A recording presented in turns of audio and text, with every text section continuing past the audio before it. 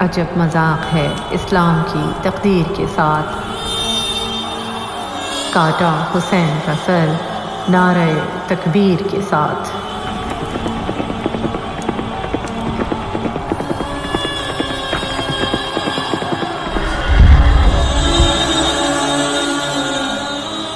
اس کے بعد شمر 10 آدمی ساتھ لے کر حضرت حسین رضی اللہ تعالیٰ عنہ کی طرف بڑھا۔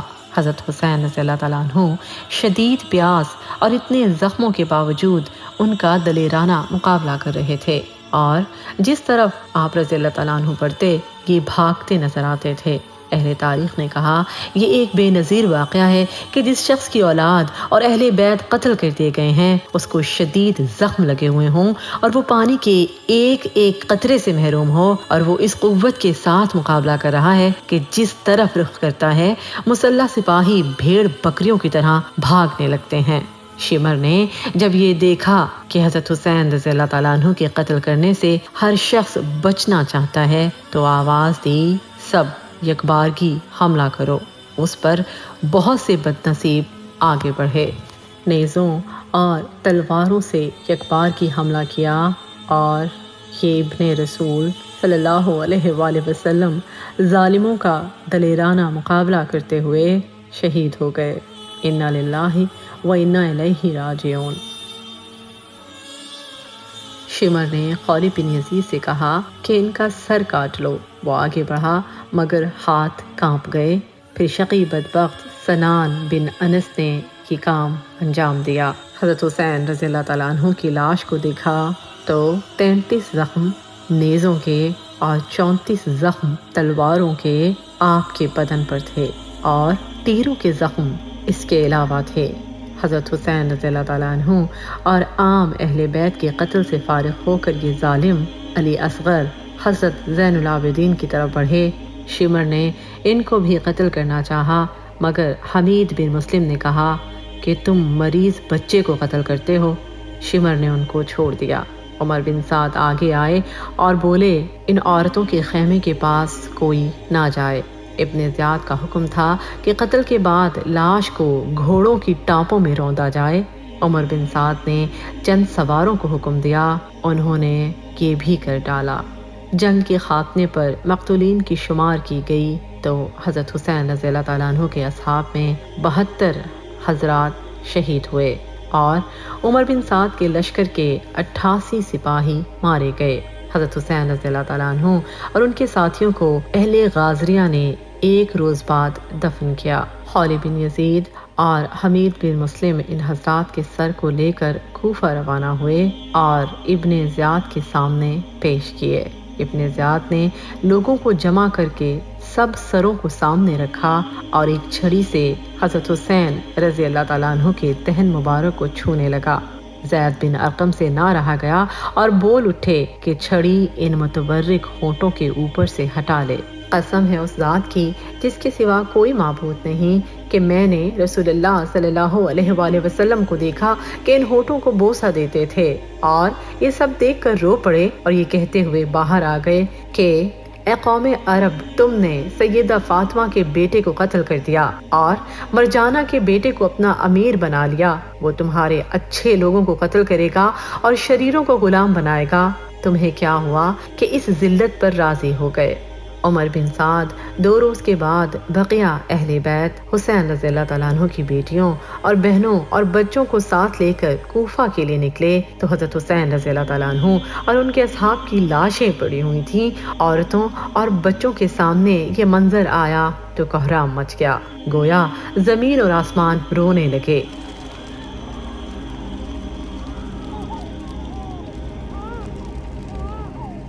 عمر بن سعد نے ان سب اہل بیت کو ابن زیاد کے دربار میں پیش کیا۔ ابن زیاد نے پوچھا یہ علیحدہ بیٹھنے والی کون ہے؟ کسی لونڈی نے بتایا کہ یہ زینب بنت فاطمہ ہیں۔ اس پر ابن زیاد بولا شکر ہے اللہ کا جس نے تمہیں رسوا کیا اور قتل کیا اور تمہاری بات کو جھوٹا کیا۔ حضرت زینب کڑک کر بولی شکر ہے اللہ کا جس نے ہمیں محمد صلی اللہ علیہ وآلہ وسلم کے نسب سے شرف بخشا اور قرآن میں ہمارے پاک کرنے کو بیان کیا۔ رسوا وہ ہوتا ہے جو اللہ کی نافرمانی کرتا ہے۔ ابن زیاد نے غصے میں آ کر کہا کہ اللہ نے مجھے تمہارے غیظ سے شفا دی اور تمہارے سرکش کو ہلاک کیا۔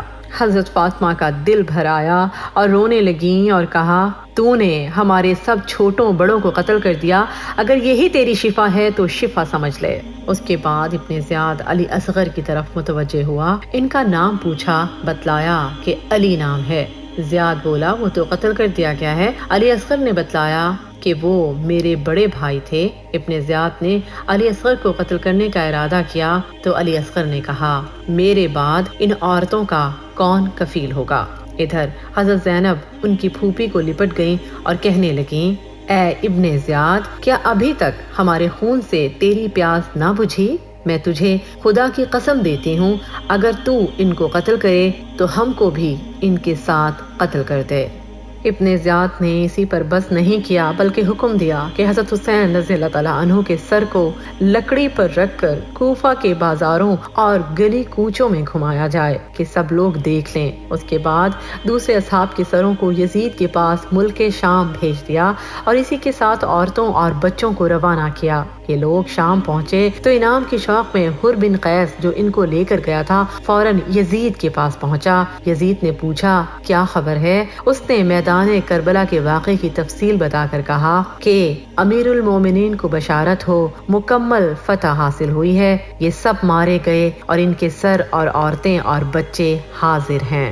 یہ حال سن کر یزید کی آنکھوں سے آنسو بہنے لگے اور کہا کہ میں تم سے اتنی ہی اطاعت چاہتا تھا کہ بغیر قتل کے گرفتار کر لو۔ اللہ تعالیٰ ابن سمیہ پر لعنت کرے، اس نے ان کو قتل کرا دیا۔ خدا کی قسم اگر میں وہاں ہوتا تو میں معاف کر دیتا۔ اللہ تعالیٰ حسین رضی اللہ تعالیٰ عنہ پر رحم فرماوے۔ اور کسی شخص کو کوئی انعام نہیں دیا گیا۔ جب یزید کی بیوی ہند بنت عبداللہ نے یہ خبر سنی کہ حضرت حسین رضی اللہ تعالیٰ عنہ قتل کر دیے گئے اور ان کا سر لایا گیا تو کہنے لگی، امیر المومنین، کیا ابن بنت رسول صلی اللہ علیہ وآلہ وسلم کے ساتھ کیا معاملہ کیا گیا ہے؟ خدا ابن زیاد کو ہلاک کرے، اس نے جلدی کی اور قتل کر ڈالا۔ ہند یہ سن کر رونے لگیں۔ اس کے بعد عورتیں اور بچے یزید کے سامنے لائے گئے اور سر مبارک مجلس میں رکھا ہوا تھا۔ حضرت حسین رضی اللہ تعالیٰ عنہ کی دونوں صاحبزادیاں فاطمہ رضی اللہ تعالیٰ عنہ اور سکینہ پنجوں کے بل کھڑے ہو کر سر مبارک کو دیکھنا چاہتی تھیں اور یزید ان کے سامنے آ کر کھڑا ہو کر چاہتا تھا کہ وہ نہ دیکھیں۔ جب ان کی نظر اپنے بابا حضرت حسین رضی اللہ تعالیٰ عنہ پر پڑی تو رونے لگیں۔ ان کی آواز سن کر یزید کی عورتیں بھی چلا اٹھیں اور یزید کے محل میں ایک ماتم برپا ہو گیا۔ یہاں پر ایک بات قابل ذکر ہے کہ حضرت امام حسین رضی اللہ تعالیٰ عنہ نے اپنی بہن حضرت زینب رضی اللہ تعالیٰ عنہ کو وصیت فرمائی تھی، میری بہن، میں تمہیں خدا کی قسم دیتا ہوں کہ میری شہادت پر تم کپڑے پھاڑنا یا سینہ کو بھی وغیرہ ہرگز نہ کرنا، آواز سے رونے چلانے سے بچنا۔ بعض روایت میں ہے کہ یزید شروع میں حضرت حسین رضی اللہ تعالیٰ عنہ کے قتل پر راضی تھا، ان کا سر لایا گیا تو خوشی کا اظہار کیا۔ اس کے بعد جب یزید کی بدنامی سارے عالم اسلام میں پھیل گئی تو بہت نادم ہوا اور کہنے لگا، کاش میں تکلیف ہی اٹھا لیتا اور حسین کو اپنے ساتھ اپنے گھر میں رکھتا اور ان کو اختیار دے دیتا کہ جو چاہیں کریں، اگرچہ میرے اقتدار کو نقصان ہی پہنچتا۔ عام مورخین ابن تاثیر وغیرہ نے لکھا ہے کہ حضرت حسین رضی اللہ تعالیٰ عنہ کی شہادت کے بعد 2-3 ہفتے تک فضا کی یہ کیفیت رہی کہ جب سورج طلوع ہوتا، دھوپ در و دیوار پر پڑتی تو اتنی سرخ ہوتی تھی جیسے دیواروں کو خون لپیٹ دیا گیا ہو۔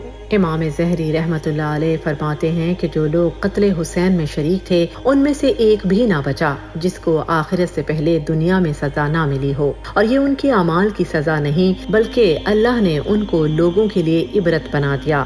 سبت ابن جوزی نے روایت کیا ہے کہ ایک بوڑھا شخص امام حسین رضی اللہ تعالیٰ عنہ کے قتل میں شریک تھا، وہ نابینا ہو گیا۔ لوگوں نے اندھا ہونے کی وجہ پوچھی تو اس نے بتایا، رسول اللہ صلی اللہ علیہ وآلہ وسلم کو خواب میں دیکھا کہ آستین چڑھائے ہوئے ہیں، ہاتھ میں تلوار ہے اور آپ کے سامنے چمڑے کا وہ فرش ہے جس پر کسی کو قتل کیا جاتا ہے، اور اس پر قاتلان حسین میں سے 10 آدمیوں کی لاشیں ذبح ہوئی پڑی ہیں، اور اس کے بعد آپ صلی اللہ علیہ وآلہ وسلم نے مجھے ڈانٹا اور خون حسین کی سلائی میری آنکھوں میں لگائی، صبح اٹھا تو اندھا تھا۔ نیز ابن جوزی نے نقل کیا ہے کہ جس شخص نے حضرت حسین رضی اللہ تعالیٰ عنہ کے سر مبارک کو اپنے گھوڑے کی گردن میں لٹکایا تھا، اس کے بعد اسے دیکھا گیا کہ اس کا منہ کالا ہو گیا۔ لوگوں نے اس سے پوچھا کہ تم سارے عرب میں خوش رو تھے، تمہیں کیا ہوا؟ اس نے کہا کہ جس روز میں نے سر گھوڑے کی گردن میں لٹکایا، جب ذرا سوتا ہوں 2 آدمی میرے بازو پکڑتے ہیں اور مجھے ایک دہکتی ہوئی آگ پر لے جاتے ہیں۔ یہ آگ مجھے جھلسا دیتی ہے اور اسی حالت میں یہ آدمی چند روز بعد مر گیا۔ جس شخص نے حضرت حسین رضی اللہ تعالیٰ عنہ کے تیر مارا اور پانی نہیں پینے دیا، اس پر اللہ تعالیٰ نے ایسی پیاس مسلط کر دی کہ کسی طرح پیاس نہ بجھتی تھی۔ پانی کتنا ہی پی جائے، پیاس سے تڑپتا رہا، یہاں تک کہ اس کا پیٹ پھٹ گیا اور وہ مر گیا۔ شہادت حسین کے بعد یزید کو بھی ایک دن چین نصیب نہ ہوا، اس کے خلاف بغاوتیں شروع ہو گئیں اور اس کی زندگی اس واقعے کے بعد 2 سال 8 ماہ رہی، یا ایک روایت میں 3 سال 8 ماہ سے زائد نہ رہی۔ اللہ نے اس کو بہت ذلالت دی اور وہ اسی ذلت سے ہلاک ہو گیا۔ واقعہ شہادت سے 5 سال بعد 66 ہجری میں مختار نے قاتلان حسین سے قصاص لینے کا ارادہ ظاہر کیا تو عام مسلمان اس کے ساتھ ہو گئے، اور تھوڑے عرصے میں اس کو یہ قوت حاصل ہو گئی کہ کوفہ اور عراق پر اس کا تسلط ہو گیا۔ اس نے اعلان کیا کہ قاتلان حسین کے علاوہ سب کو امن دیا جاتا ہے، اور قاتلان حسین کی تفتیش اور تلاش پر پوری قوت خرچ کی اور ایک ایک کو گرفتار کر کے قتل کیا۔ ایک روز میں 248 آدمی اس جرم میں قتل کیے گئے۔ شمر ذوالجوشن، جو حضرت حسین رضی اللہ تعالیٰ عنہ کے بارے میں شقی اور سخت تھا، اس کو قتل کر کے اس کی لاش کتوں کو ڈال دی گئی۔ عمرو بن حجاج زبیدی پیاس اور گرمی میں بھاگا، پیاس کی وجہ سے گر گیا اور اسے ذبح کر دیا گیا۔ عمرو بن سعد، جو حضرت حسین رضی اللہ تعالیٰ عنہ کے مقابلے پر لشکر کی کمان کر رہا تھا، اس کو قتل کر کے اس کا سر مختار کے سامنے لایا گیا۔ مختار نے کہا، عمرو بن سعد کا قتل تو حسین کے بدلے میں ہے اور حفظ کا قتل علی بن حسین کے بدلے میں، اور حقیقت یہ ہے کہ پھر بھی برابری نہیں ہوئی۔ اگر میں 3/4 قریش کو بدلے میں قتل کر دوں تو حضرت حسین رضی اللہ تعالیٰ عنہ کی ایک انگلی کا بدلہ بھی نہیں ہو سکتا۔ سنان بن انس، جس نے سر مبارک کاٹنے کا اقدام کیا تھا، کوفہ سے بھاگ گیا اور اس کا گھر منہدم ہو گیا۔ قاتلان حسین کا یہ عبرت ناک انجام دیکھ کر بے ساختہ یہ آیت زبان پر آتی ہے، یعنی عذاب ایسا ہی ہوتا ہے اور آخرت کا عذاب اس سے بڑا ہے، کاش وہ سمجھ لیتے۔ اگر آپ کو ہماری ویڈیو اچھی لگی تو لائک کریں اور اپنے دوستوں کے ساتھ شیئر کریں تاکہ ہم ایسی ویڈیوز آگے بھی بناتے رہیں۔ ایسی مزید ویڈیوز دیکھنے کے لیے ہمارا چینل سبسکرائب کریں، بیل آئیکن کو لازمی پریس کریں۔ شکریہ۔